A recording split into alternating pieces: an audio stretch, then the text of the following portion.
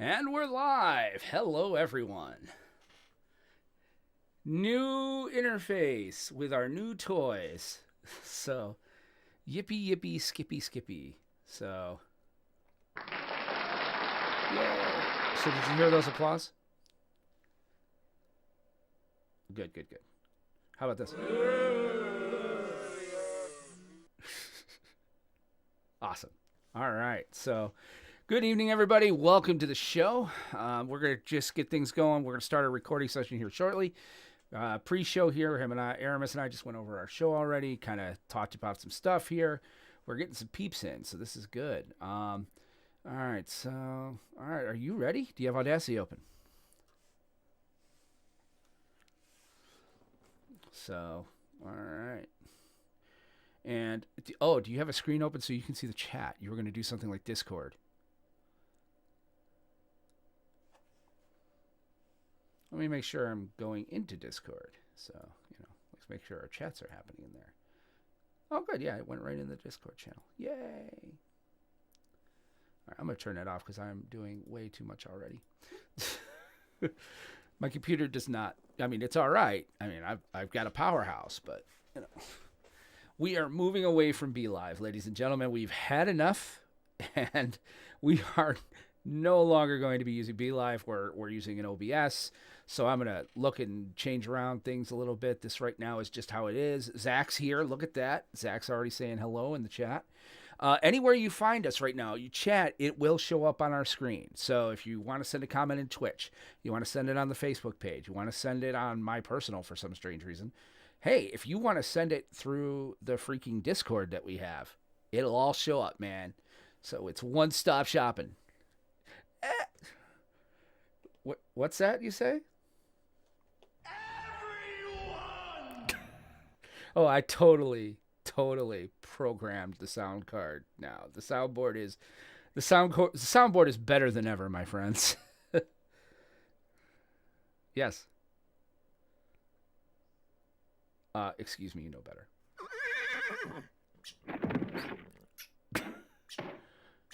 Oh yeah. Oh look, dude, I even did a little bit of recording. And now, breaking news. Thank you. Hey, I actually used to do this a lot. So, all right. Are you ready to roll? Why not? We're here. All right. So I'm ready to record. I only have to push one button now to record. I bet you I could program this Stream Deck to start my recording. I got to find that out. Because that would be great.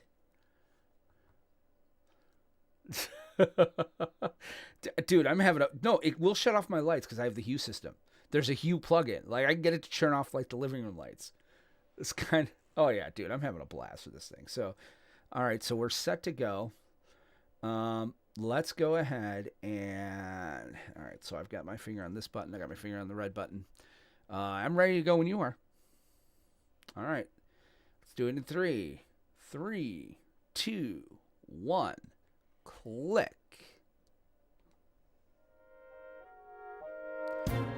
Greetings, salutations, and welcome to the PlanesTalkers podcast, a show by casuals for casuals. I'm your host, Will Benson, joined as always by my faithful companion, Aramis. Aramis, how are you, sir? Oh, that gets, that's just going to bring us right into it. Oh, untap, upkeep, and draw. So, yeah, we have got tons to go over tonight, guys. It's going to be we knew it was going to be a big show. So before we do anything, however, I want to spend a few minutes and just remind you that this episode of the PlanesTalkers podcast and every episode of the PlanesTalkers podcast is sponsored by Kerwin's Game Store. Kerwin's Game Store is New York State's premier source for collectible card games, tabletop games, miniatures, comic books, retro video games, and toys. With their clean, open gaming areas available to everyone at no charge, and we hope very soon that they're back open. Kerwin's provides a fun and inviting atmosphere for new and experienced gamers alike. Now, they are doing curbside pickup, and they are doing shipping. So you can go to KGS Online, right? Yep, kgsonline.com, and you can find everything you need there. They also do have 2 brick and mortar stores, real stores. One's located in Catskill, New York, and the other's on the second floor of the Poughkeepsie Galleria in Poughkeepsie, New York. It really is the best place in gaming. So again, don't forget about the website, kgsonline.com. And when you buy something there, if you go to checkout, put in the promo code PlanesTalkers2020. They're going to give you 5% off just for being a listener. So we want to thank Kerwin's Game Store. And we also want to take a second to thank and recognize our Planeswalker patrons. Our 7 Planeswalker patrons. It's Anthony, Steve, Ian, Walter, George, Josh, and Zach. You guys are amazing. Look, we wouldn't be able to do the things we're doing to make the improvements to the show. Things like this handy dandy little soundboard where I get to just push buttons now. I thank you guys. Really, we can't say enough good about you. They really do help us in a lot of ways. We still have to play George's deck for April, but we're going to be doing the drawing here shortly for June, I should say, or May. We have to play George's deck for May. We're in May, right? I have no idea where we are. I'm in quarantine.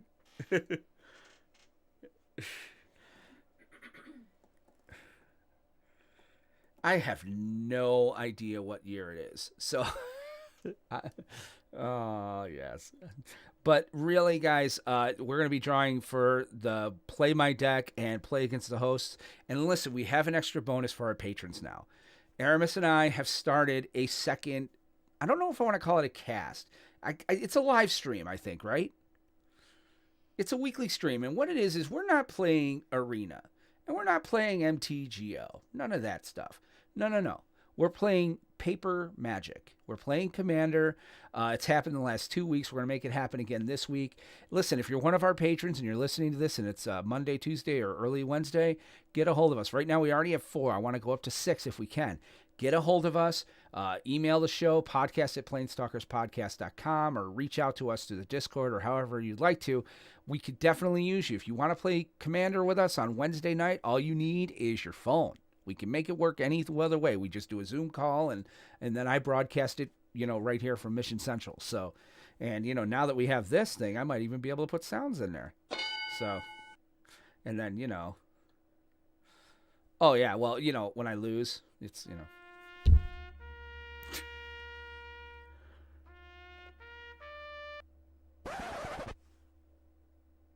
I did it a bit early. So, oh, yeah, Anthony. Yeah, this week's going to be kind of fun. Wait, you guys can't hear Aramis? Hold on, let me see if you're being heard here.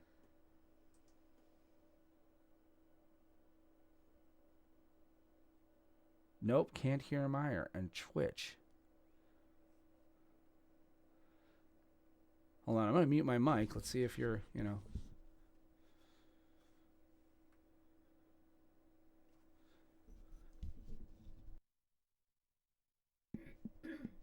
Keep talking.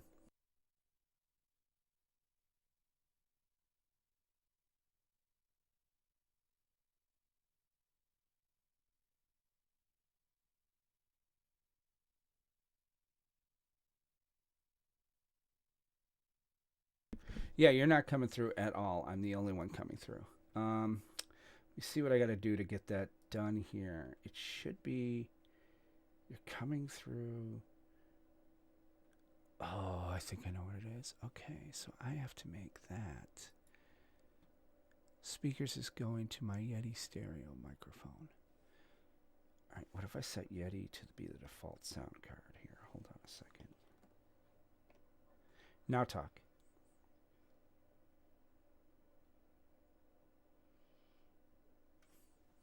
Oh, it will totally be edited out of the episode. This is weird. Okay, hold on a second here. Advanced audio properties. Monitor is off.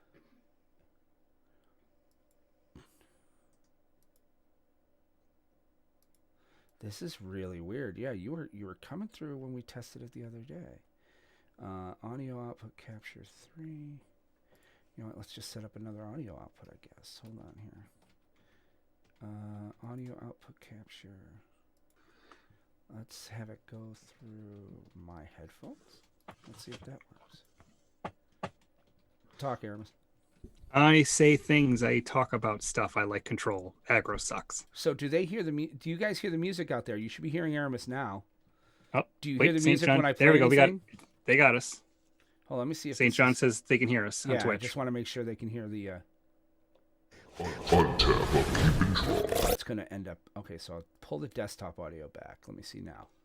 Untap a keep and draw. Okay, I think I figured it out. All right, let's take it... Let's go... You know what? Let's go from... We did patrons. Yep, we did patrons. We did sponsorship. Yeah, let's go ahead and... I'll just do the commander thing again because you had some good points in there. So we'll pull it back, and I should really get a notepad on the screen for this crap. Let's see, what are we at right now? 7:04. That was about 2 minutes worth. So let's say 5 to 7. I have to go find it.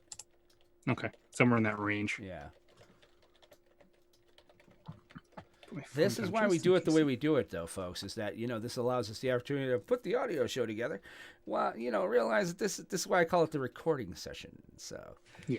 All right, so cool. Well, they were probably hearing the music. It's really weird. I don't know why. Oh. Listen, I get into computer systems and I break them. Just, I don't know. It works for me now, though, so I'm happy now. Cool. So, all right. Ain't gonna complain. No, there ain't no sunshine when she's gone. All right, so let's pick it up. I'm going to pick it up.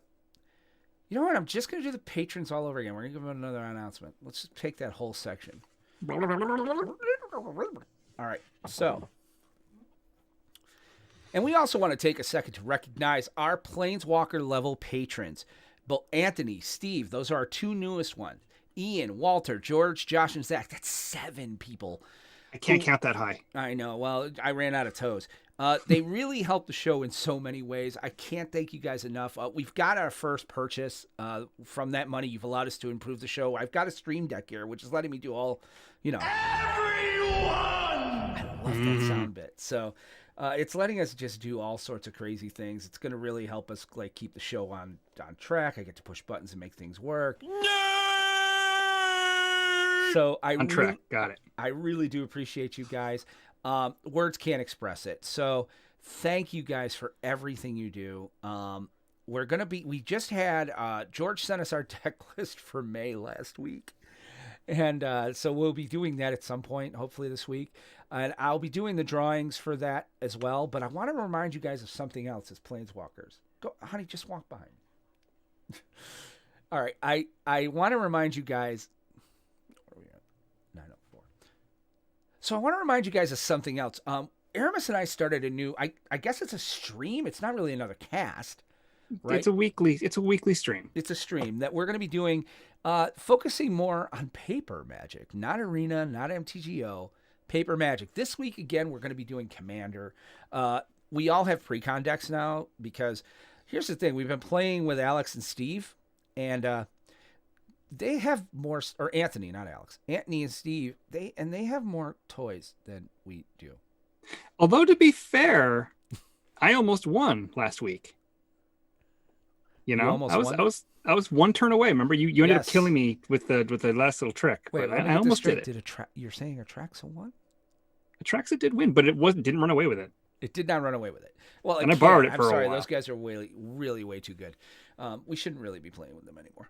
But but if you're any level of patron, you get first dibs. Now we're playing. The 4 of us are again playing this week. If you have a pre-con commander deck and you're one of our patrons, you have first dibs. Otherwise, feel free to also reach out to us. podcast@planestalkerspodcast.com. No, you know what? It's patron only.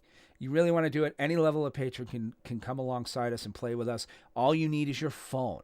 All right. So again, this week it's going to be Paper Commander, Pre-Con Deck, podcast@planestalkerspodcast.com. You can find out more about what our Patreon can do at patreon.com/planestalkers. Any support does help us grow the show, and we're really thankful for you guys. But we also, man, we were pretty late into this. We had some technical difficulties earlier, but it's a little late. But listen, I didn't get a double or a triple this time. Quadruple? No, I don't think they make a quadruple. Oh my god! I didn't think a triple was a thing. You. I didn't think triple was a thing, and yet you just had one, and I was like, okay. And I don't know how I'm going back, but I am. But this week I'm just going to drink another Druthers All In. Oh, it's an invisible beer. So another Druthers All In IPA. I'm really just in the IPA mode, man. Mm-hmm. Invasion, Plane Shift, Apocalypse. Got it. It's a great draft format. It really is. And honey, I can't. Aramis, write down 11:30. 11:30. Hold on, I gotta turn off my camera for a second. Jesus, Wendy, go. God, there's my wife walking to the bathroom. There she goes. Saw it. Internet immortality. Oh, she's in her bathrobe and everything. It's great. Oh God. Wendy Benson is a saint, says Zach. Oh, no, Anthony, you didn't draw poorly last week. What happened last week is this. I'm a better player. Oh. Shots fired. So we do have that going on this week. So we'd love to have you guys come alongside us and play. I've untapped. So here's what we've got going on. During our upkeep, we like to tell you what's happening tonight. I think you're pretty aware of what's going to be pretty much our top story tonight. It's, it's pretty obvious. Oh. And now, breaking news. We're going to obviously be talking about the ban restricted. We're going to go from there into the state of standard, talk about what was impacted, what decks we think probably could take over, how happy Nissa is right now to be probably the most broken card in standard again. We're going to talk a little bit, and then we're going to talk a little bit about the second half of the BNR, which is the companion change mechanic, and that's going to be our combat. Because I think Aramis and I are going to sit on other sides of that. I think if you're a control player, you feel one way. If you're a mid-range aggro player, you feel another. Then we're going to go into main 2, and there's not a lot of arena news going on. I mean, there was the Open this last weekend, which, I didn't read a lot of news on it. I mean, that's just it. It's something like that. There's not a lot of coverage, but it's cool. And then from there, Core 21 rumors. We want to kind of go over that. Maro put out a big thing today, and there are other rumors that are flying out there. So we got a pretty good pack show. We do have some emails from Walter and a few other people. So let's just go ahead and dive right into it. So let's go. Main phase. All right, main phase. Well, obviously, the biggest breaking news out there. The BNR came down today. We talked about it last week on the show because we were a day late, so we got to do it Tuesday, and we got to actually be one of the first ones out there. The BNR came down today, and Aramis, what happened? Well, stuff got squished. A couple cards got banned, and they changed the rule regarding companions. And pretty significant Which we knew was change. going to happen. I said it was going to be more than just, it was going to be more than just a ban announcement. Yeah. Well, they mentioned that it was going to be something handling companion, and it's going to have ripple effects across every format.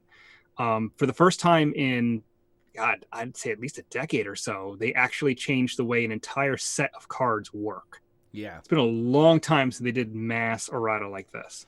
And, other than the legendary, like the legacy rule. But yeah, with the legend rule, or the planeswalker rule. Yeah, I should say the legendary rule. Being able to have multiple planeswalkers that are the same type. So like back in the day, you couldn't have a Teferi Hero of Dominaria and a Teferi Time Raveler and play at the same time. Now you can, which, people who aren't control players are like, why God did you do that? Why do you hate me? And that's exactly it. It was, yeah. I think overall that was a good change, but anyway. It was not. But moving on. in standard, and well, actually, it's the same cards for standard and historic, really. Yeah, which I'm a little surprised at, but. In Agent of Treachery is now banned in standard and suspended in historic. Mm-hmm. And Fires of Invention is now banned in standard and suspended in historic. And that was when we talked about at the very end of our I didn't think they were going to. Yeah, I didn't think they were going to hit that. And it was kind of for both of us. We were kind of like maybe, but probably not. No. Yeah, I figured there were other parts of the deck that were more dangerous, and the Agent of Treachery was a no-brainer. Yeah. I mean, I think everybody knew Agent of Treachery. I'm amazed in the community how many people thought Teferi was going to get it. Oh, people just hate that card. Yes. And again, here's the thing, folks. Teferi is not going away until it rotates. There's just no way it's happening. So stop trying to make it happen. It's not going to happen. Yeah, I'm not so sure how I feel about that. Obviously, Agent of Treachery was degenerate. We all knew that. And it's been degenerate for some time. I mean, any card with blue, you usually tried to squeeze it in because it was a fun little, like, screw you to your face. Especially The in one Bant Ramp. defense, well, the one defense to the card was that if it's played fairly, it's powerful but not unbeatable. Right. The problem was the fact that these decks were cheating this thing into play so early. Right. I mean, you're cheating it in 2 turns before you usually can. Sometimes earlier than that. Right. And I mean, it's one of those things to where, I don't know how to put it. It's Agent of Treachery is one of those cards that I think, and I actually talked about this on the Patron cast, which will be up tomorrow. On the way home, I kind of talked about, Mark Rosewater, and I got to be honest with you, I'm still kind of pissed. And the more I think about the thing you wrote last week about the whales and all that, set me off. But then I started thinking about the power creep that we were seeing. And I put an article up on the Facebook page this weekend, because I forget who it was that wrote it, but somebody wrote up a really good write up on the history of bannings in Standard, and how we had like 8 years of nothing. Like they used to be like, banning is the last resort. Like they didn't want to ban in Standard. They really felt that Standard, should not be bannable. Like it's bad. I think Mark Rosewater even said it's bad design if we're banning in Standard, and now it's turned into the fix-all. Ryan Normandin did it, and he posted it on Flipside Gaming. So right, yeah, and I again, read the go to our article. Facebook page; it's linked right there. And it's really funny to think about it. Like you read, like, okay, yeah, they did Jace, the Mind Sculptor, and Stoneforge Mystic at the same time. Yeah, And then it kind of went away and nothing happened. And that was done in like, what was it, January, or it was done in like 2010. well, it kind of went away until Kaladesh block, and Yeah, then it started 2017 coming is when around a things- little bit. Well, not just Kaladesh block. They nailed Emrakul. It was Kaladesh January 2017. So yeah, Kaladesh was out because they nailed the Smuggler's Copter at the same time. Yeah, And then Feldar Guard. So in January 17, they're naming Emrakul, Smuggler, and Reflector. Then they're hitting Feldar, Guardian, and Aetherworks, and then and so 2017 had 3 different bannings. 2018, we saw the one. We saw Attune with Ether, Rogue Refiner, Reminep Ruins, and Rampaging Ferocidon, which that was a Rampaging big ban. Ferocidon didn't need it. I remember that ban was huge. That was a huge ban, and I think they could have got away with. I understand having to do Attune with Ether because energy was just crushing the meta, and then nothing for 2 years, almost 2 years. January 2018 was the last time, and then October 2019, M20 Field of the Dead.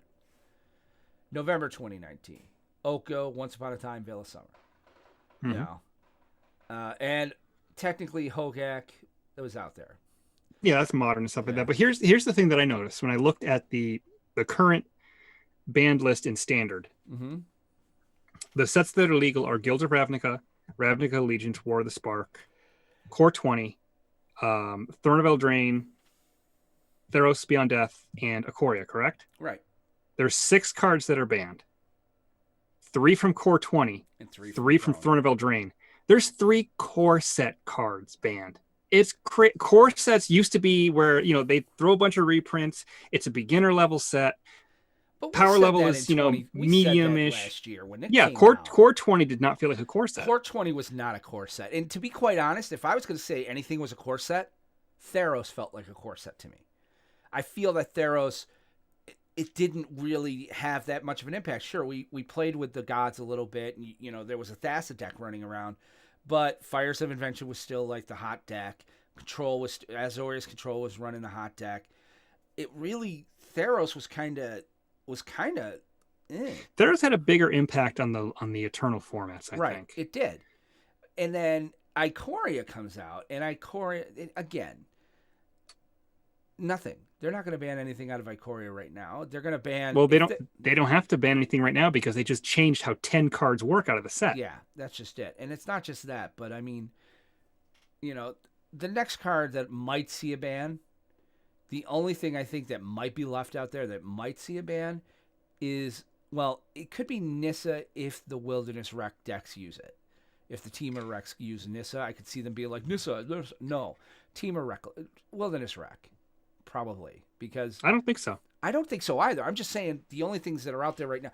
Here's the thing, and this article does kind of go through it. They're like, cheating mana is the problem. And it seems like Rosewater lately has been trying to find ways. He's cheating the game. Once Upon a Time and Fires of Invention and Free spells. Wilderness Wreck. I mean, these are monstrously. Well, Fires of Invention, if you have activated abilities, like normally Fires of Invention will double your mana. Right. If you have activated abilities, it could sometimes triple your mana.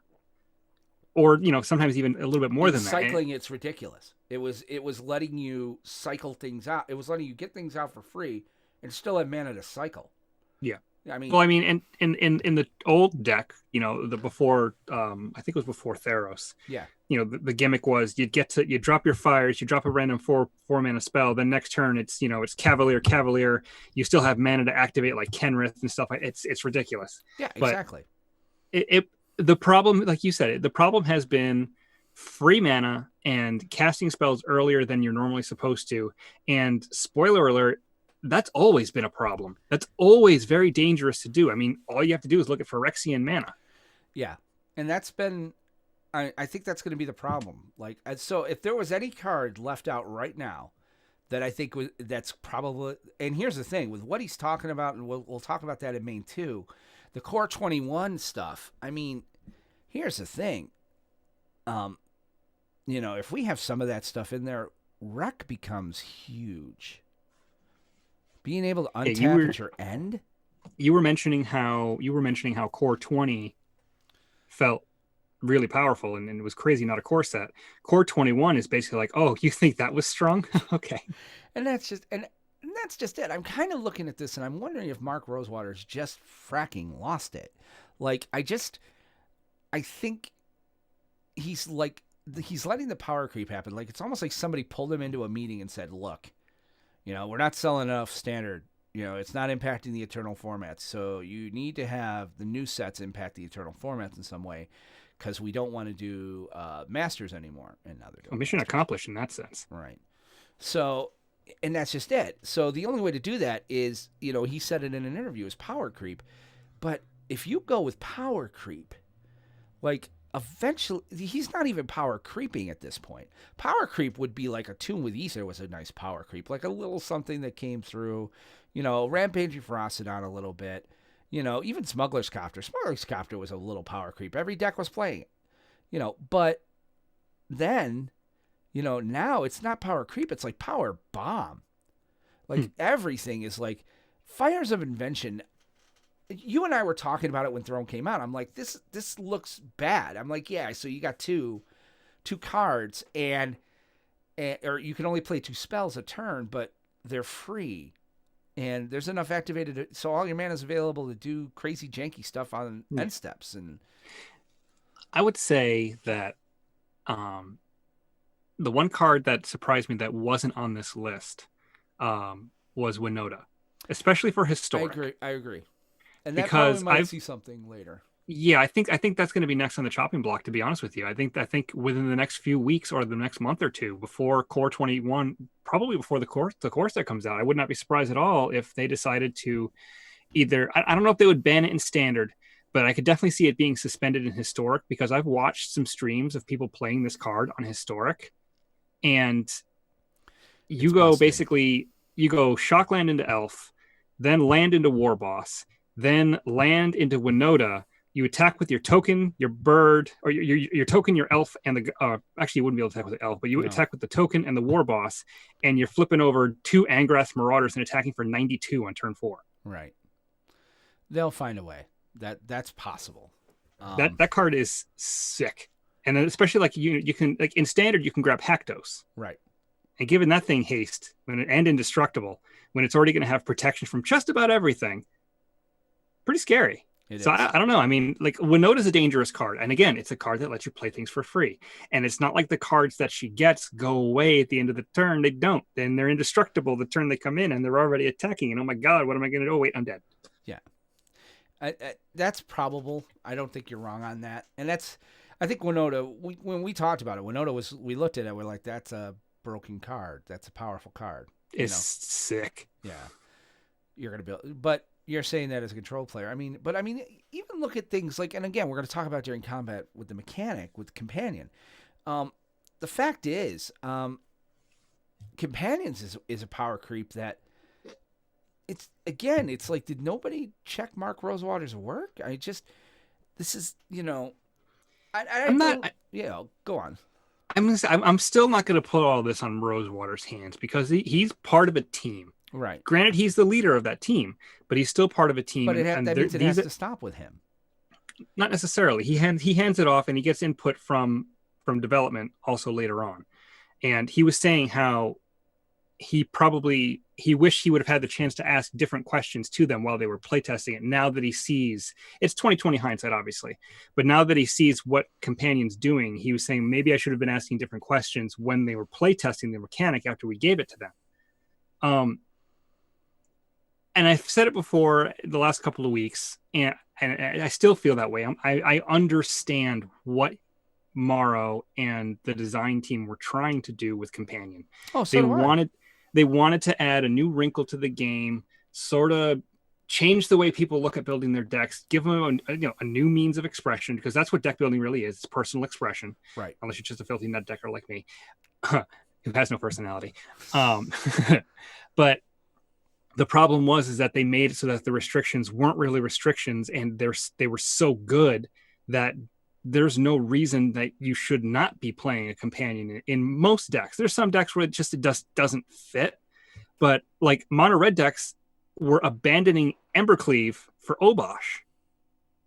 And now with this new change, the red decks just be like, shrug, all right, I guess I'm going back to Embercleave, no big deal. And we'll get into combat as far as, what we think of the changes. But I think overall,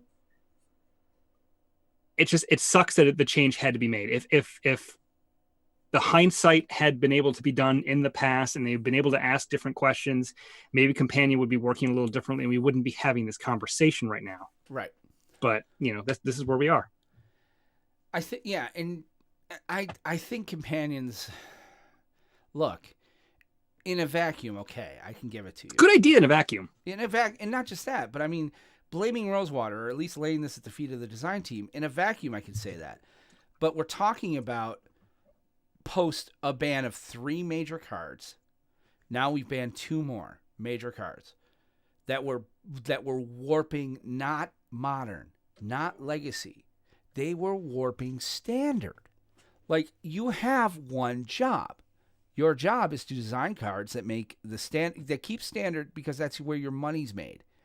And to say nothing of Field of the Dead, so I'll put those 4, so 6 major meta warping cards. Fires of Invention has been the top deck now for months. And yeah, I wasn't high on it. I played it in my Loras deck because I finally found a way that I enjoyed playing it. But every other time I tried to play, I'm like, I'd prefer to just be mono red and be really fast, and that's just it. The decks, and let's, we can pivot to that from the changes today in the state of standard. Okay. So this is our main one we always talk about. Yeah, there's a bunch of decks that are going to be better decks now. Obviously mono red is going to probably go back to tier 1.5. Yeah. Mono red was doing cartwheels after this ban. Yeah. This is mono red and control after the Companion change, because I think control, that's just it. We'll talk about this in the combat, but the winners today was mono red and control all the way through. Ramp was a little happy too. It lost one of its toys. Bat Ramp did, but Reclamation's pretty happy too. Yeah, Reclamation's incredibly happy. The fact is, though, the big decks right now are probably going to be Winota, obviously. I think mono red again is going to come up. I think they're going to pull Obosh back out. I think you're going to see Torbran become the new hotness again. And I think with this I think Obosh will be in the deck, but I think people are just going to start adding 4-ofs of the Companions. I don't know. I don't know that Obosh would still be in the mono red deck. He doesn't really fit anymore. Yeah. Plus if you're well, never mind. You can't use him as a companion. But I think Torbran is a better play. Well, Torbran's a 4-drop now, As and opposed I to a mean 5. the change. No, he's a 4-drop. Well, Yeah. I said as opposed to a 5. Yeah. Well, no, as opposed to an 8. Like that's the problem. Like the way the companion things are going. Again, I don't want to get in combat yet, but my issue with the companion thing is that in essence, you've added 3 to every one of these 4, 5, or 6 drop commanders because you do not want to do it at your second main phase, and then use your 3 mana, put it in your hand at your second main, and give your opponent a chance to untap with Thought Erasure or any other way to interact with it. Like, that's just it. You've lost that. So, Obosh can't come out until turn 9, and Mono Red they're like, I don't want to be playing turn 9. I want you dead at turn 6. So I don't think, so Mono Red's happy today. Control is happy today. Because the one problem they've had with companions is, we can't interact with it. We can't interact with it. It's like, okay, but you interact with literally almost everything else, including land destruction.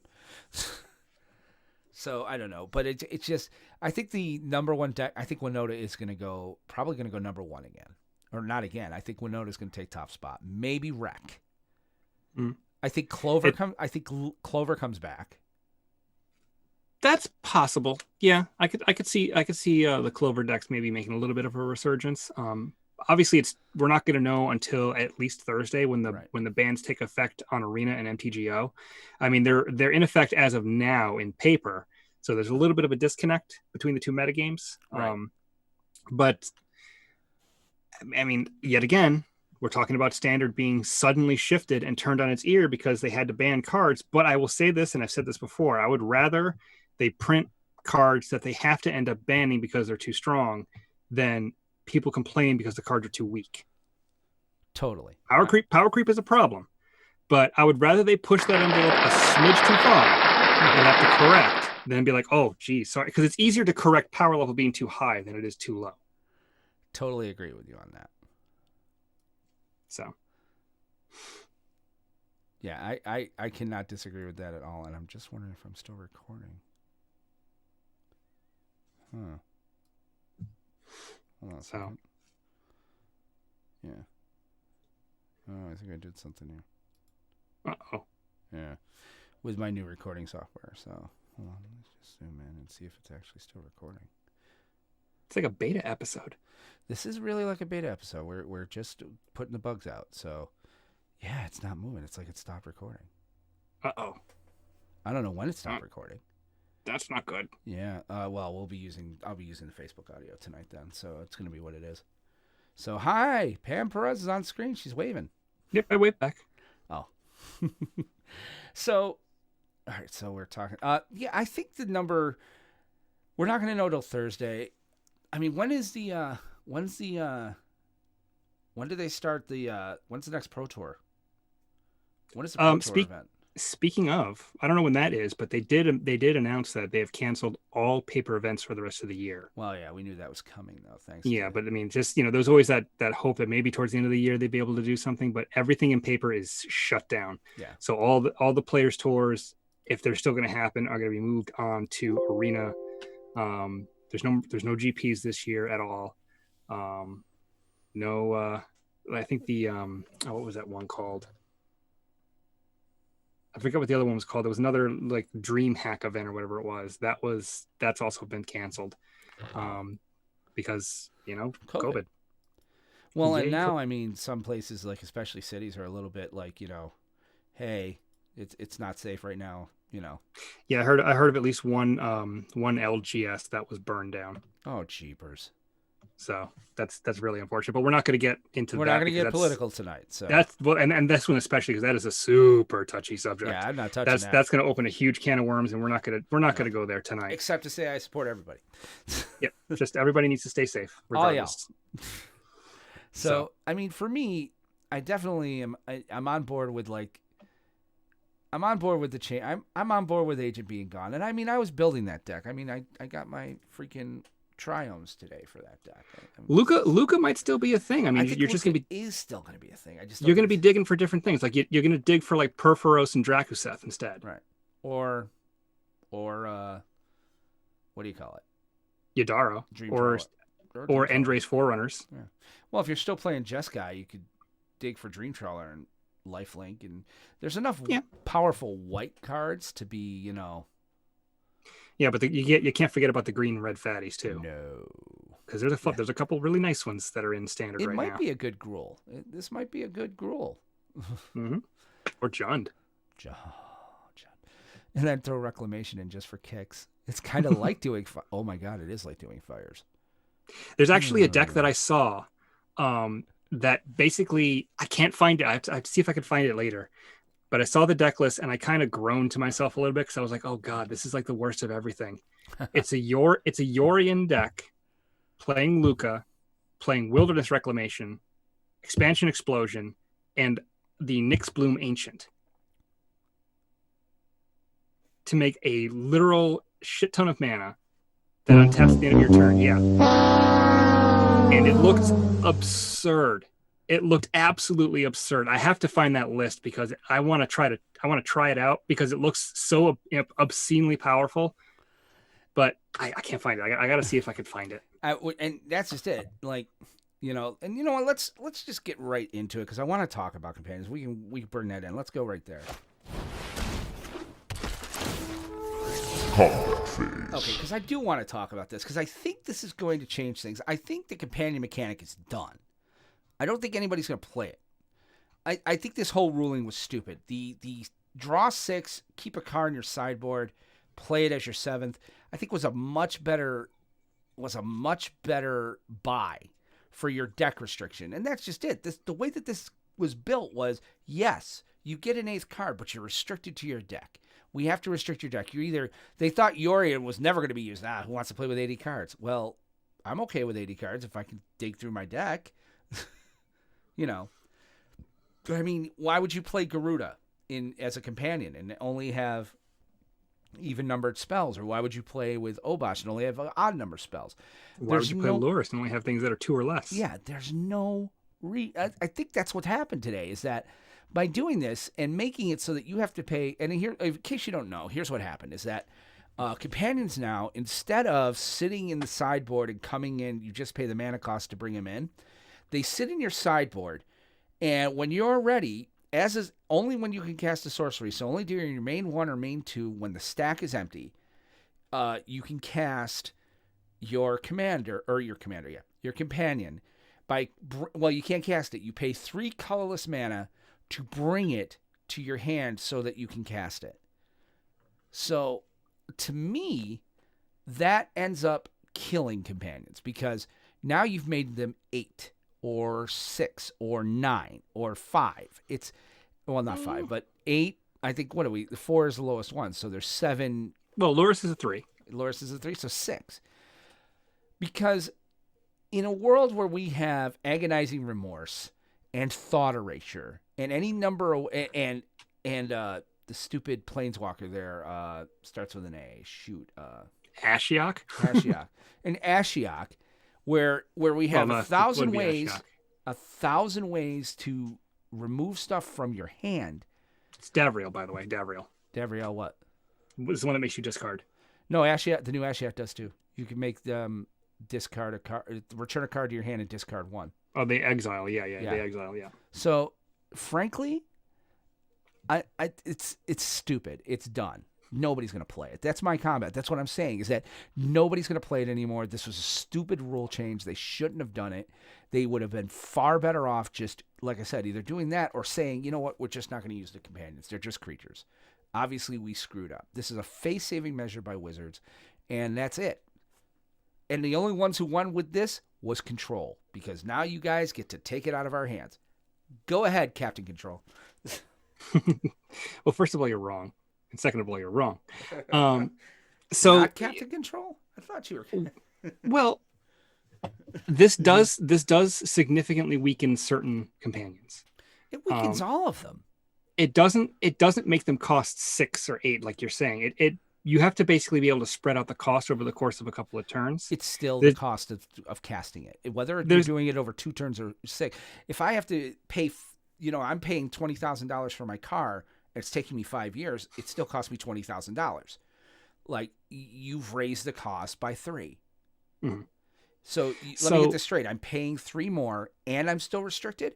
They should have said there's no deck restriction. Then everybody would play every companion. There'd be no you reason could not only to. play But anyway, one companion, but you can play them all on your sideboard and then just pick and choose which one you start with. no, you have to reveal it to be a companion. Yeah, you pick which one at the Right. beginning of the game. So, but you can play all of them. If there's no deck restriction, you could have all of them in your sideboard and say, well, I think right now it's going to be Karuga. Right. And the next game, Loris. If there's no deck restriction, then that's what you could do. But that would be stupid because you'd only have 5 cards for your sideboard. If it's a toolbox sideboard, whatever. Yeah. But anyway, yes, this does open them up to interaction with hand disruption, hand discard, things like that. But that was always one of the biggest problems with Companion, is that there was nothing you could do if you didn't have a counterspell to prevent them from coming into play. Right. You had to have a counterspell. But in return for that, I restricted my deck. And in return for that, you got information about my deck. You know that I only have 2 or less spell permanents of 2 or less in my hand, or I have only even numbered permanents, or I only have it's an information, and that's just it. Control needs information. They love information. So what they're doing now is you're giving the control player information about your deck. If you have thought erasure, you're like, I ain't playing it till turn 5 because I want to get rid of that on my turn. Like, there is not enough benefit anymore. The cost benefit analysis, you took the cost way up and no benefit for anyone other than the opponent. I think companions will still see play. There will be some that don't anymore, and that's fine because not all of them saw play anyway. Right. There were only 2 that were seeing real major play. It was Luris and Yorion. And I Standard, think that, by the way. I mean, yeah, and I think that both of them will still see play. It won't won't be as pervasive. It won't be as pervasive because yes, this does weaken them, but usually when people are playing I don't see too many people casting Yori in turn 5 anyway. No, and when they're playing 6. and they're playing those colors, which means they can usually protect it anyway even when they cast it, if that's what they're looking to do. Right, but now you've also taken away my mana. Like, taking away Fires of Invention means I don't have 3 mana. It changes everything about it. It does change it, but it doesn't mean they're unplayable. It makes them susceptible to hand disruption, which is, depending on your play style, is a good or a bad thing. It makes it so yes, they are more expensive, but this is a game about resource management. So if you're able to spread that resource out over the course of a couple of turns, yes, you need a setup turn and you need to hope that your opponent doesn't have a discard spell. Right. But unless it's actual, agonizing remorse or thought erasure, which right now aren't seeing play, but they will now. They may. Are you kidding me? Of course they may. They're gonna see it now. Mono Black's gonna become a deck. But even still, I mean, when's the last time a Esper control deck was anywhere near the top 10? Yeah, but I've been okay with that because control players are evil people that, I don't disagree with that. I've got to be honest with you. I think this does not give it. Again, the deck restriction, there's no benefit. I would rather have 4 Yorion in my deck. You're probably going to see more of that, though. You will see more of the main deck. Yeah. But still having access to the one when you need it is still good. But you don't have it when you need it. You have it the turn after you need it. And unless hope you have that the it mana to lasts cast that it. long. You gotta hope. I mean, Yorion, you only need its enter trigger. Right. Luris is the one that needs to stick around. Right. Well, Luris is the one that needs to stick around. You need to be able to cast it. So now it costs 6. You're not going to cast Luris, especially. You're not bringing it out before turn 6. Nobody's going to put it in their hand and let you untap. Umori is definitely never going to see play again. No. Umori definitely won't see play again. I would say Karuga Obosh probably won't see play anymore. Karuga won't see play. Right. Luris only because you can pay 3, get it in your hand, pay 3 later, get it into play, and still be able to utilize it somewhat. And the cycle. It'll be used in cycle decks.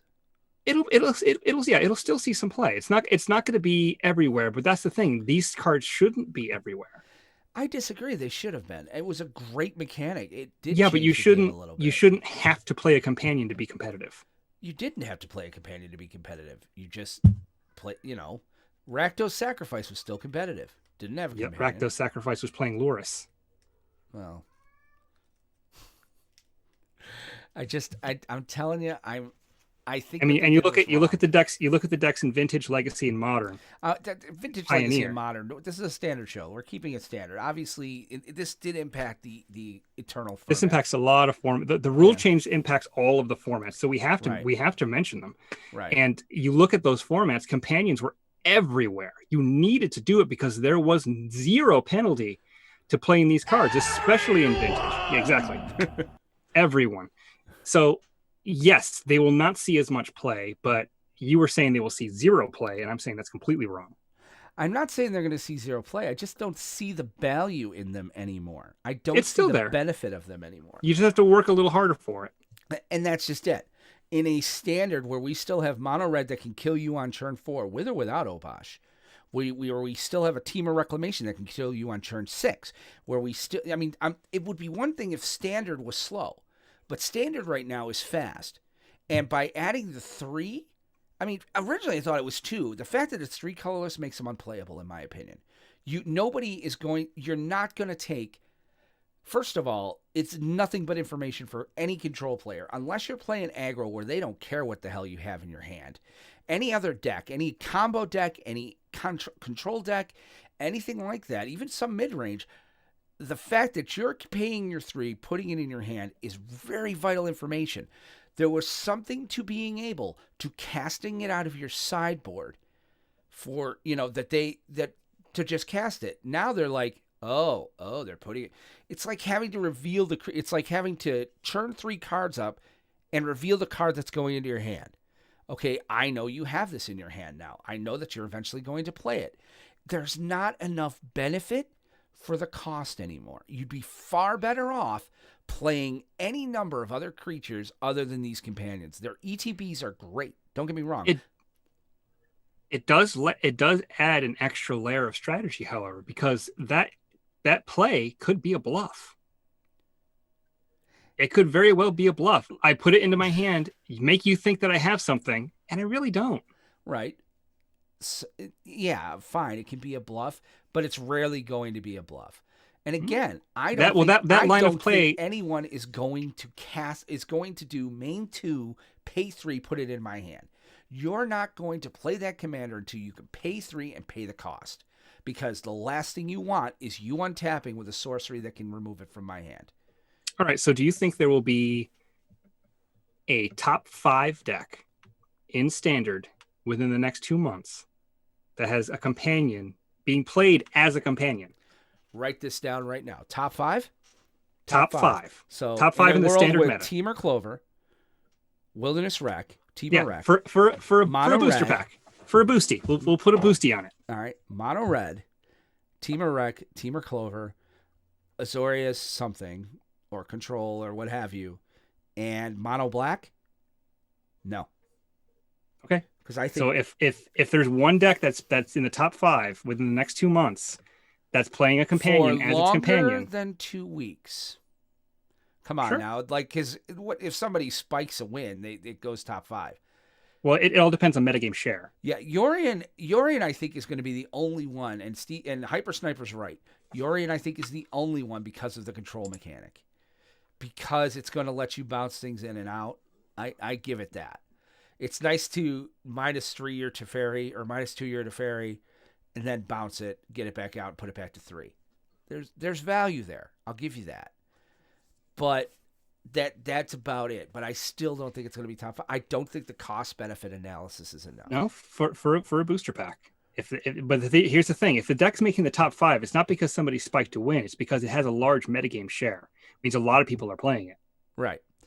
So I think there will be one to MTG. MTG Goldfish Top 5 metagame decks. Over next 2 months or until Core 21, because I can't make that bet with Core 21 because you never know. Well, Core 21 is coming out in a month. Yeah, so in the next month. But this gives the meta time to adjust to the new cards as well. So between now, that's crap, and you know it. Arena's going to have it a week before. I'm giving you 6 weeks of the new meta. If between now and August 1st. August 1st, I would that's go 2 now months. and July 1st. That's you said 2 months. I know, but I realized that we're going to be getting in 35 days, we get the new set. There's no way anybody can make that bet. That's a sucker bet. All right. So between now and July 4th, how's that? 4th of July. That there's going to be, because 2 weeks is not really that long of a time. So there has to be a deck that shows up in the top 5 of the MTG Goldfish meta that's playing a companion as its companion. As its companion. Right. Which means 4 in the deck doesn't count. Right. So it has to be one of those cards has to be sitting in the sideboard as a companion, ready to be cast. Right. I think there'll be at least one. In the top 5. Again. In the top 5 of the meta. See, here's the thing. I think Azorius Control will take it. You're probably right. I think Laura's... Because that's basically the argument that you're making, is that there's not going to be a competitive deck out there that's playing companion. Yeah, that is the argument I'm making. You know what? I'm going to make that bet. For a booster. I'll make that bet for a booster. Yeah. Not a collector booster. Don't be regular standard booster. Don't be trying to bring me this double master shit. Beta booster. So are we talking the booster that you're going to buy me is going to be a Core or Core 2021? It'll be whatever you tell me to buy you. That's not over $5. Yeah. So yeah, I put it in. I'm there. All right. You guys heard it here first. Benson will be buying me a booster pack in a month. No, I will not be buying you a booster pack in a month. I'm sorry. Again, Azorius Control, Mono Red, Teamer Clover, Teamer Rec, and Mono Black, I think are going to be... Oh, and Winata. Winata's not using... Oh, Winata, too. Oh, this is a sucker bet on your part. I forgot about Winata. You got 5 powerful decks right there. Just 6 powerful decks I think that do one. not require a companion. And yeah, I mean, one. again, 21 might make companions viable. And again, I think there's a part of me that's like, they're going to do something in 21 with companions, because I think they just would have outright damn banned it. But because 21 might have 1 or 2 in it, but I think, Steve's are absolutely right. Oh, wow, I don't have to put it on the screen. It just shows up. Garuda might see an uptick with Fire's Gone. Garuda's still a great deck, and it didn't need to be my companion. I was tending to cast Garuda without casting my companion. I was casting him in my hand before I cast a companion. Mm-hmm. But yeah, I think I'll win that. I don't think I'm you're pretty going to win confident that. about I think that. Steve is absolutely wrong here. Yeah, Steven is. Aram's got the call, no doubt. Companion going to be great still. I like that guy. You would. Yeah, I think that today's ruling with companions was wrong. I think if they had just made it 6. Well, I tell you what, it certainly wasn't the rule that I was expecting. No, I definitely wasn't expecting it either. I think putting a 3-mana tax on it, which is basically what they've done. They put a tax. It's a tax, on it. yeah. You had to put a deposit down. It would be, you know what? It would be one thing if it took away 3 of the colorless mana and the cost. You have to pay 3 to put it in your hand. They can interact with it in that time. There's our instant, with some sort of instant or something, and still be able to block you. But the fact is, they've made a 5-mana companion cost 8. They've made a 3-mana companion cost 6. Whether or not you're spreading it out over 2 turns, and again, it's not worth it for the deck restriction. It's not. They kind of gave Loris Echo. Yeah, basically. It's just not worth it with the deck's restrictions. I don't want my deck restricted if I can't be assured that this card is at least going to be cast. And that's the thing. You have made it so that I have to pay 3 mana and I may never cast it. It's not worth it at that point. Why would I restrict my deck? I'd be far better off putting 4 Garudas in a main deck, or putting 3 Yorians in a control deck. Well, we will see. Will. Yes, Zach, they will know you have a companion. You still have to flip it over. You still have to say what it is. And that's part of my thing. Everything else with the companion stays the same except for how you can cast it now. Right. And you can't just cast it from your sideboard. It's too much information for not enough benefit. Already, you control assholes. I feel bad. Getting information about what my deck was. I feel the worst about new and casual players, because they're going to have to remember this now, that it's not even on the card. That, oh, by the way, this is totally different now. So they have to wait till these things. I mean, I doubt they ever would, but if there was ever a reprint, that would be the first time you'd see the new ruling. Well, that's just it. I'm kind of wondering if there's going to be 21. I think it'll be in Core 21, and if it is, I wouldn't be surprised. It'd be too late. Zendikar. It'd be too late. It'd be too late to change them. That's what I mean. It's. Yeah. I don't think Most of these sets are already in the book. Mm-hmm. It's going to be an interesting. This is interesting. Why haven't we seen what's coming? Like by this time last year, didn't we know we were going to Zendikar? Didn't we? I mean, we're right before Core. They kind of sometimes they decide to announce things a year and ahead. Sometimes they wait to the last friggin' minute. COVID might have changed all of this. Yeah, that's true. So they may not. They that might have changed how things are playing out in the future. But I don't know. Well, I mean, now that we're talking about it, why don't we go ahead and get right into Main phase. Second main phase. All right, so our second main today, we're talking about the Core 21 rumors. So Morrow put up a big post today. Yeah. And it's somewhere. I think it's on our Facebook. I have it. Oh, good. So, and he gives a bunch of hints about what's coming, and he's doing it in his like little tee-hee voice. I can hear it now. Very vague. Yeah. Yeah, because he knows all of this. I mean, I'm sorry. Because I talked about it in the thing about his geek lisp and how it's funny to me. I always find that funny, like the fact that he has a geek lisp. You know what the geek lisp is? When you have to talk like this, and you're like talking so fast that you never get your tongue to really move the way you want it to.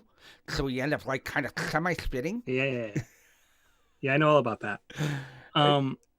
Yeah. Yeah. So here's the thing. It just was. I was kind of reading it in his voice, but go on. Well, here's the thing. He posted this, and it's a whole list of things that are in the set that he teases, little nuggets, little details that he wants you to sort of try to dig and find details for, and try to see if you can guess the card. I'm just gonna wait a week and let you start spoiling me. Well, you don't have to wait that long. Oh, I have. There has been some rumors floating around on Reddit. Is this breaking news? I don't want to call it that. Oh, And now, So here's the thing. There was apparently a leak. There was a leak? Someone posted on Reddit about 8 days ago. They nailed the banned and restricted list, and they nailed the change to companion. They also, in that information that they posted, listed a bunch of the cards, or some of the cards, that are going to be in Core 2021. And wow, if this is true, there are some whoppers that are coming our way. So why don't you read them to us, Veramis? Well, I mean, apparently Birds of Paradise were supposed to be in this core set. Which you said would never be reprinted. The thing that he said was that Birds of Paradise, I don't even know who this person is, so obviously take this with major grains of salt. He said Birds of Paradise was supposed to be in Core 21, but it was pulled because it was leaked too early. However, Morrow does mention a reprint, 2 cards played in tournaments that have been reprinted over 20 times with at least 5 different pieces of art. 2 cards that fit that bill. Land of War Elves. Birds of Paradise, Lightning Bolt. But so does Land of War Elves. Land of War Elves was just in a core set. Yeah, and he would do it again because actually it was just in Dominaria, so I don't think they reprinted that quickly. No, it was in the core set too. It was in Core 19. Yeah, but that was like a part of a different I think thing. Birds would come out. I could see them doing Birds. I don't think they're going to do Bolt as much as I'd love it if they did Bolt. We'll see. We'll see because there's not. If you do a Scryfall search for those cards, there's not a lot of other options that would really make sense besides Birds and Bolt. Well, again, how much art? We've had 2 different arts for Land of War already, and he didn't say 10 apiece. He said over 10. Land of War's had 24. It's been reprinted. Reprinted 20 times. Okay. With at least 5 different pieces of art. Okay. Yeah, they're right. And Bolt. If you're going to bring the bird, you bring the Bolt. Yeah, so Bolt the Bird, because that is the quintessential phrase in Magic. You say, oh, play Birds of Paradise. Oh, Bolt the Bird. Bolt the Bird. And they started talking about some of the other cards, and some of it has to do with some of the things that Morrow teased, but then he started talking about Planeswalkers. Yeah, I saw that. And he... Think they tried Oko again? No. How does Ugin grab you? Ugin grabs me. I'm not talking about Ugin the Ineffable from War of the Spark. I'm talking Ugin the Spirit Dragon from Fate Reforged being in Core 2021. the 8 mana, planeswalker, that lightning bolt stuff, exiles a bunch of crap. Apparently, this guy is going to be in core because I guess there's going to be something with the story. This is Teferi. We're talking time travel. Who else does a lot of time travel? Ugin. He does. And there's also, What's going on with my screen? not sure. It looks like you like police lights all over you, Or a laser pointer. or a laser pointer. Here's the thing too. They also apparently this guy had access to the new Teferi. Oh shit. Apparently, this planeswalker will cost 2 colorless and 2 blue, starting with 5 loyalty. I guess this was tentative, so I'm not sure when he got his information. And obviously, again, everything that I'm saying here, Take it with wild speculation. spoons of salt. But this person apparently has been right on things before, and again, he was right about the companion change, and he was right about the ban a week before it happened. Right. So he heard this and it happened, and unless he was incredibly lucky, because honestly, who was going to guess pay 3 as a sorcery to bring it out of your sideboard and put it in your hand? So, okay, the new Teferi apparently will cost 2 and 2 blue with 5 starting loyalty. It's going to have a static ability. Push her up. You can use this Teferi's loyalty abilities anytime you could play an instant. I know, Benson, you hate this already. Everybody hates it who doesn't play Teferi. The +1 is going to be apparently Jesus. the +1 will be draw and discard. So you draw a card, then discard a card. So looting. Basically. The -3 is very interesting. Target creature you don't control phases out. What the Now- frack does that mean? Phasing. So for those of you who haven't been playing since Mirage back Yes. in, what is it, 96? Yeah. Phasing is a weird sort of ability where the thing leaves play, it doesn't exist while it's gone, and then it comes back the next turn. It's kind of weird. There's a card for Commander called Teferi's Protection where everything phases out. It's a story-related thing, so I kind of see where that makes sense. His ultimate, because he has 3 abilities plus the static, so which means he's definitely a mythic, Right. -10. Take 2 extra turns.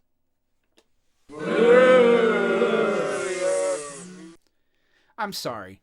So basically, is it called Teferi Hero of Ban and Area? Because that will not survive. There's think it no effing way that survives. Well, there is a card that's apparently in the set that's going to cost a 1 and a black, and it's going to be an instant. Won't hit this Teferi, but it does hit 3 fairy. Destroy target creature or planeswalker with CMC 3 or less. So it looks like they had an Oko bullet, but then Oko ended up being too strong. Right. I'm I sorry. mean, it Again, looks like this is supposed to be a god darn core set. Grim Tutor's also supposed to be in this. We'll see. But Yeah. this stuff is crazy. Great. Awesome. Stupendous. And the previews start Wonderful. on Thursday. I don't know how I feel about this. Yeah, hot take for you, Benson. Since I really only told you about this earlier this afternoon and didn't really get to give you a lot of details. Yeah, what 'cause I was are your back at work. thoughts? What are your thoughts about Ugin coming back? Possibly. Ugin, I'm okay with. That's okay a with powerful Ugin. He's a planeswalker. powerful planeswalker. But if you're gonna create a frackin' Teferi that's like does everything but take your mother out for a nice steak dinner, then Dorothy Mantooth is a saint, by the way.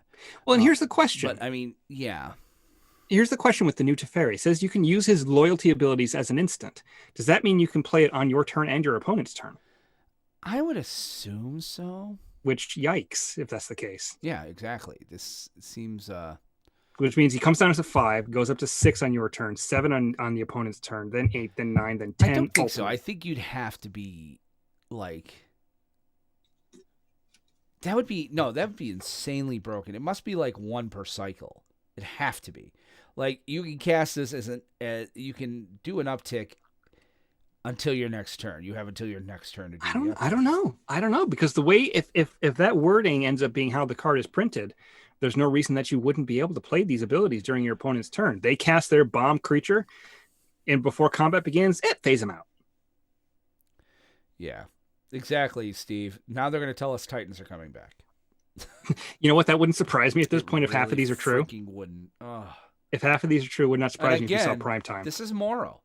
I'm sorry. This is Rosewater at his finest. Where again, he's creeping the power up.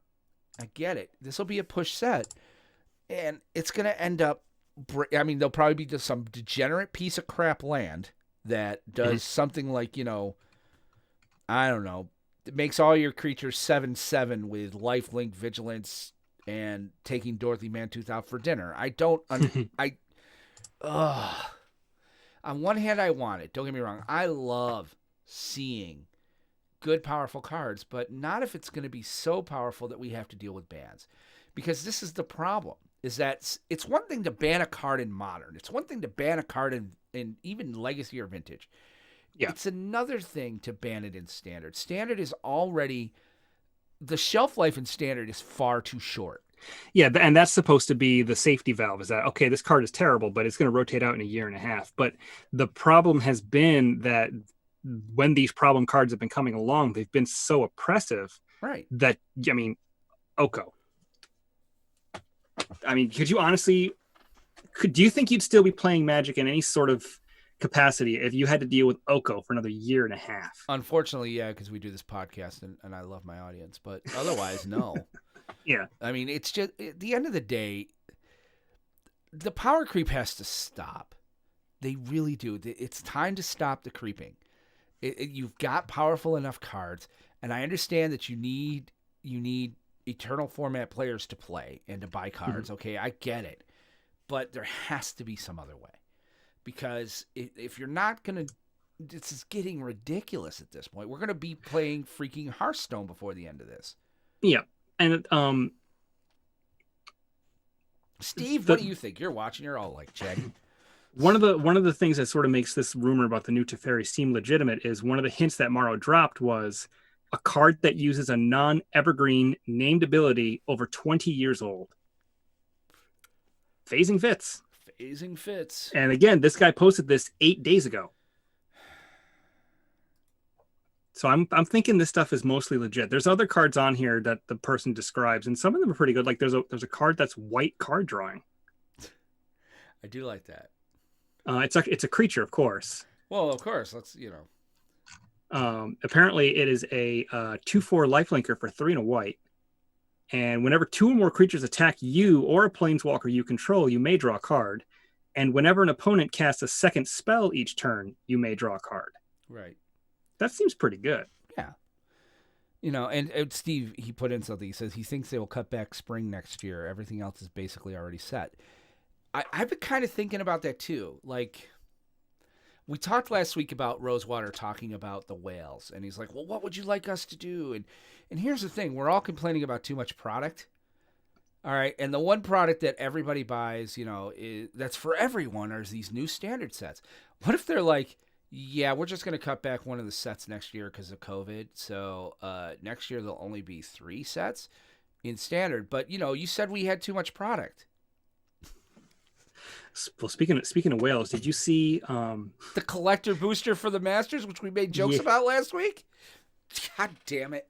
$90 a pack. God damn it. And there's 10 lands in the pack. What? I mean, unless they're fetch lands, what the hell? So this is what pissed me off. I'm like sitting here going, so let me get this straight. You said the product is for whales. So you're treating it like it's a collector booster. But then you create fucking collector boosters. Oh, they're VIP edition. Oh, for frack's sake. Go piss up a rope. I mean, like having double masters, like if it just costs whatever it costs, I mean, obviously the value you're getting out of a box, unless you pull absolute garbage, should be good because you're getting 2 box toppers. There's 2 rares, 2 foils, right. Blah blah blah blah. I mean, $16 is still too expensive, but I can kind of sort of be like, I mean, depending on what's in the set, not really, but it's a little more feasible. But then they had the VIP thing come out. It would be a lottery ticket. It's a scratch off. to us. Yeah, that's why you have to buy the box. $16 scratch off. Yeah. Yeah, you have to buy the box. Now they're talking about the $90 collector boosters, the VIP boosters. $90. And you know there's going to be a goddamn 50-cent rare in there. Oh my god. And this is why I can't wait to see what the rest of this set looks like, because if they're doing this, my god, how are fetch lands not in this, first of all? And second of all, are they just going to break the reserve list? It has Because to. What are you putting in Black Lotuses in every damn set? Jeez, God, They'd have to. I'm getting really pissed off at Rosewater. It's like again, I put this in the patron cast. I mean, spoiler alert to you guys who are on the patrons. I started right home with Will again today because I went back to work, and I talked about Rosewater all the way home, and I came to a point that I didn't even know I was going to come to, which is that I think it's time for him to go. I think he's done. I think put a fork in him, put him somewhere else in the company. He is no longer. Like, he should not be the voice piece. We were making jokes about it last week. Somebody needs to take his damn BlackBerry. Like, he's just, God damn it, $90. And you're calling it whales. This is the real products for whales. What's this for? Freaking Titans? My fear is that if they did that and they reassigned You're Rosewater, right, Zach. They will all sell out. Yeah, that's what I said. Yeah, they absolutely will. My fear is that if they reassigned Rosewater, Wizards of the Coast is so bad at talking to their customers that we would get nobody else. Okay. I would take Morrow. That might be better. That might be better. I'll still take Morrow being flying off the handle than not having any communication whatsoever, because he at least tries. He does. And I know his heart's in the right place. I've always liked the guy. I really have. And I've said that. I've liked him. But the last couple of years, if you're going to go on the guy's job performance, okay, whether or not it's his fault, he's the head of the design team, and the design team in the past, not even 2 years, in the past 15 months, has given us, 18 months, we'll give him 6 months, has given us how many bannings, how many in standard, no less, how many broken, busted, not to break the format of vintage and modern, but busted standard. You busted standard. And again, you have one job, and standard's your moneymaker. And then to do this, and then he goes out and says this product is for whales, when every other piece of marketing material for Double Masters was saying the whole reason they went back to the Master Well was they wanted to get cards back into circulation. They wanted to get the cards that people need to be competitive in their hands. But then you're also saying you have to be a whale to play. So what you said was you have to be a whale to play modern. Mm. And that's horse shit. And it should not be that way. Interesting point. Okay. This goes along with what you're saying. We're so over time, I don't care. Or I'm having a good time. Remember, we lost a bunch of time at the beginning. Yes. Tolarian Community College posted another video today asking, is it worth it to buy the new Secret Lair Super Drop? And he basically, and we all knew this already, he exposed the reserve list for the lie that it is. Because in one of these Secret Lair drops is Birds of Paradise. And he's like, all right, well, the 7th edition, or the most recent printing that was in a standard legal set was in one of the Ravnica sets. Right. You can get that card for $7. The special edition 7th edition foil is like $500. The beta version is like $2,600. So, and I fucking had one. but here's the thing. Damn it, I had one. Here's the point he was making. Beta Birds of Paradise, $2,600. Ravnica Birds of Paradise, $7. You can reprint the old cards that are worth a ton of money, and they'll still be worth a ton of money because it's the old cards. Right. Reserve list is a lie. It is. But we knew that already. But it's just it's nice to see more confirmation, especially from someone who ends up being, the most subscribed channel for Magic on YouTube. He is. Got it. You know what? And he's so approachable. One of these days I do want to reach out to him and be like, listen, I don't know what we could do for you. You could do a shit ton for us. But, just be like, if you ever want to talk standard, we'd love to have you on. And at that point, you're getting a damn green screen and you're getting lit. We're going to look good. I'm kidding. Listen, I'll take my yearly bath whether I need it or not. Okay, that's good. And it's as far as I'll go. Wow. 64 bands from the beginning of 19 to now across all formats. 60. Yeah. Listen, Steve, you can't count modern, legacy, and vintage. I will give the design team I got grace for them in that regard. Okay, it is impossible to test your new cards against the eternal formats. 20,000 cards. It's hard to do that. Now, you know what your top decks are. And maybe, you know what, on a Friday afternoon, you're like, you know what? Why don't you pull up your Amulet Titan real quick and I'll put together a modern deck and I'll throw this in it, and see what happens with Urza. I get it. I understand why it happens in the other formats. Don't get me wrong. Hogak's another example of, okay, Hogak, you built it for modern. You should have known what Hogak was going to do. And that's what I'm talking about. It's a problem, and it's a design problem at this point. Okay, with Oko, we were like, you took a shot, and all right, whatever. Once upon a time, there is no way anybody didn't see that coming. There is no way Field of the Dead, nobody saw that coming. In Standard, when you have Golos in your set, that's going to cheat it out.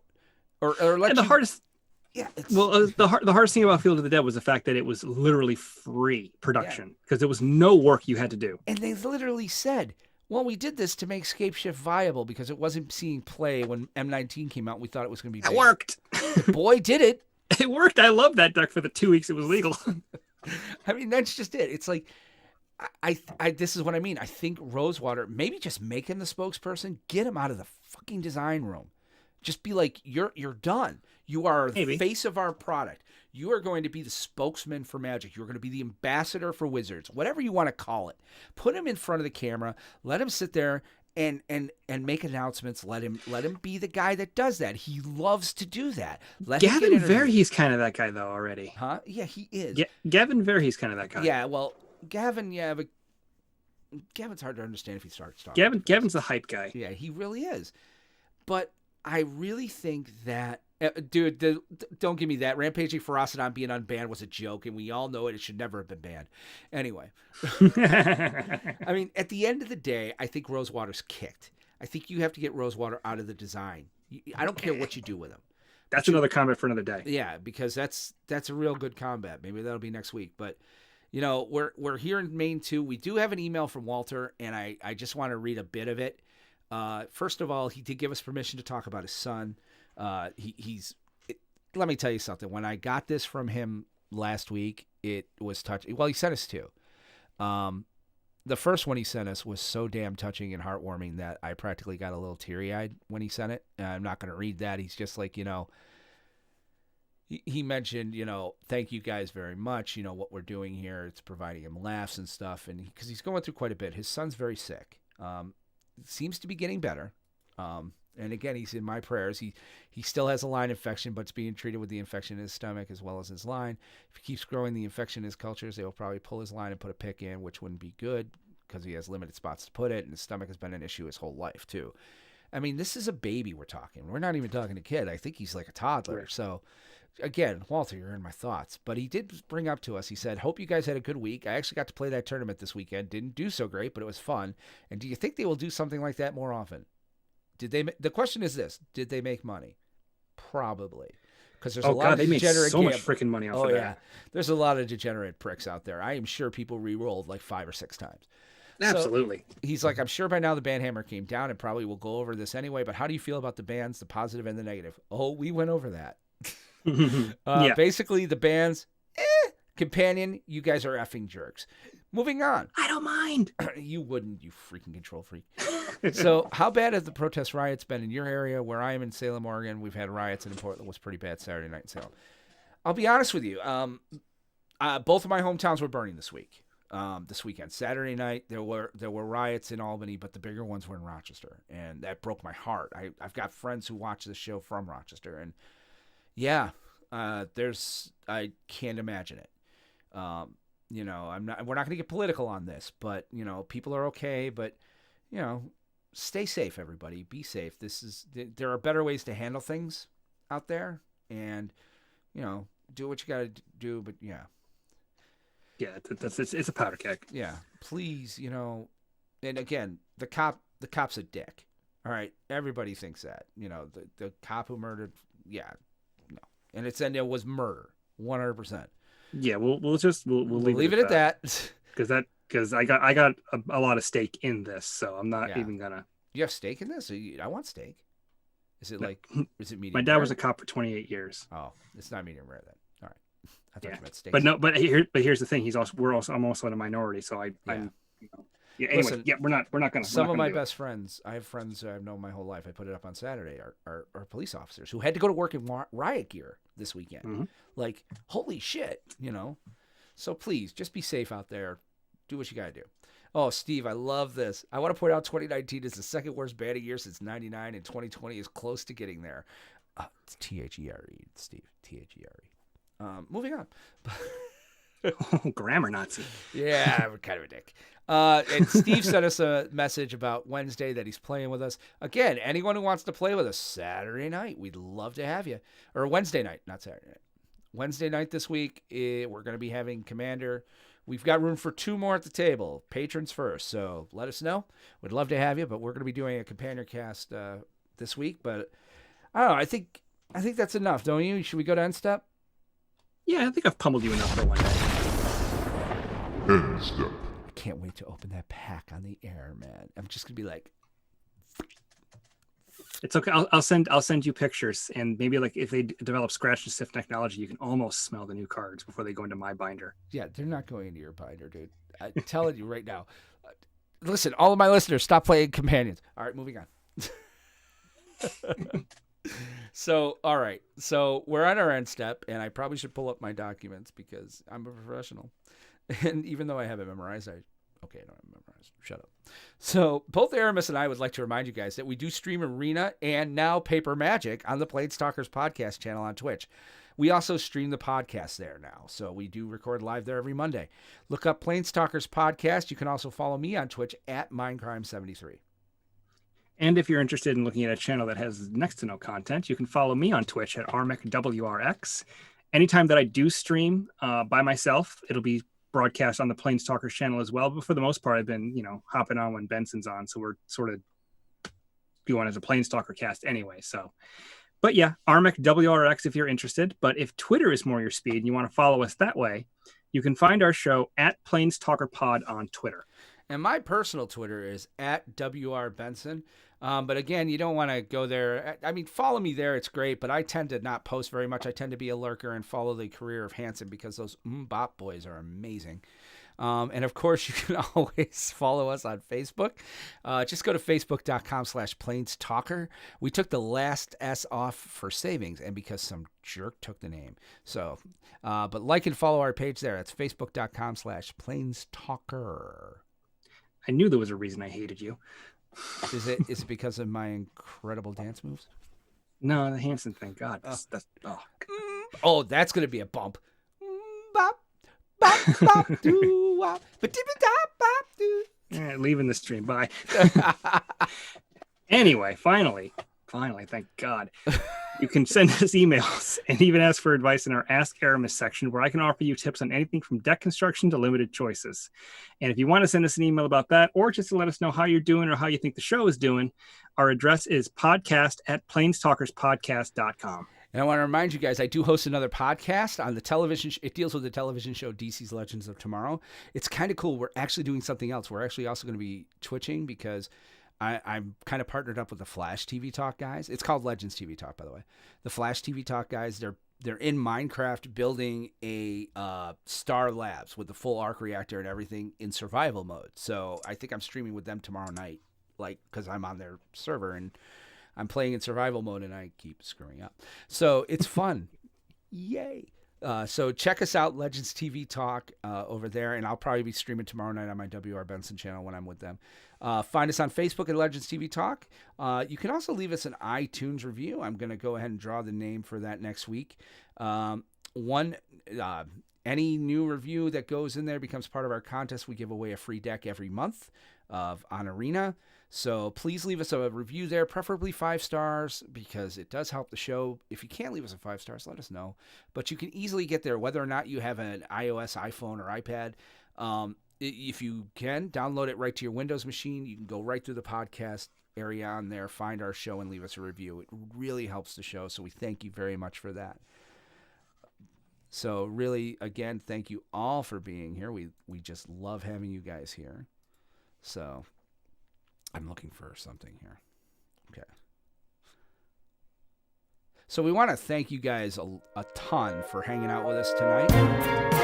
We are so thankful to have you all here. We will be back next Monday night, recording right around the 8 o'clock hour. We're also going to be streaming Wednesday night Commander, so turn right in here.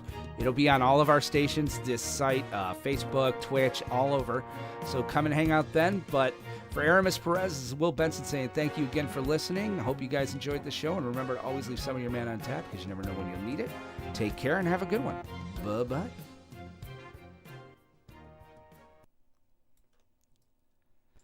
I have to control the volume using the Stream Deck app. I wish I had a volume lower button, which I probably do. I just have to look it up. So since I'm not recording, I just you don't even need to send me your file. I'm gonna go. Are you sure? Because you didn't. I'm gonna pull the audio right off of Facebook. So, okay. Well, I'll save it anyway, just in case. Yeah, just save it. But I'm gonna pull the audio right off Facebook this week because my recording stopped halfway through. I don't know why. Oh, that sucks. Oh, that was really sucky. You guys have no idea how bad I'm itching to beef up this commander. I have been theory crafting on cockatrice. Yeah, he wants to talk to us about cockatrice. I'm not opposed, Steve. It's just, we've been kind of enjoying paper. There's something about being able to play paper. Like, I'm kind of enjoying playing paper and the limitations that brings. Now, I mean, you're lucky because you have far more deeper cut than us. And believe me, next week, maybe you can just make your deck and smack us around a little bit. But this week, for Commander, guys, here's how you got to get in. All right. All you need is one of the, we're opening our boxes. Like, I got a Commander box. I got the Keyword Commander. Aramis is going to be playing. What are you playing? The one from last year with the sacrifice. The Anji Falconwrath Madness deck from last year. Yeah, because I haven't had a chance to get a new one, and I figure 2 precons is enough for now. Yeah, I want to start buying. It's like singles at this point. Right, and then everybody else is and I think these guys are playing 2 other ones. Let me see. He's put it in here. So we'd love to have you guys Wednesday night. If you want to join us, just let us know. Let's see. What did he say? Oh, they just said they got it. I think they gave us the info later, but yeah, well, I'm sure it's important. But I think we're good. There's nothing to do because I'm going to pull the audio. So we're just in hanging out. Oh, he's on Calimax. Dominguez is on Otrimi. So we're going to have a good, if I was going to see you, man, I'd just let you borrow my other precon. Well, it's not really precon because I did kind of beef it a little bit. The humans. Yeah. This one is, it's out of the box. I mean, the only thing I sleeved it and I've had it I'm going to sleeve mine too. Obviously we want to sleeve them up, but so guys, if you want to play, there are still 5 of you watching. Any of you want to play, we'd be glad to have you. So, all right, I guess that's our show tonight, guys. So we really enjoyed hanging out with you. I hope you guys have a good one.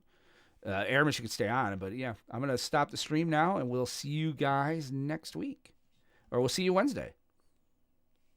I'm like, where is my mouse? It's on the screen with the screen. So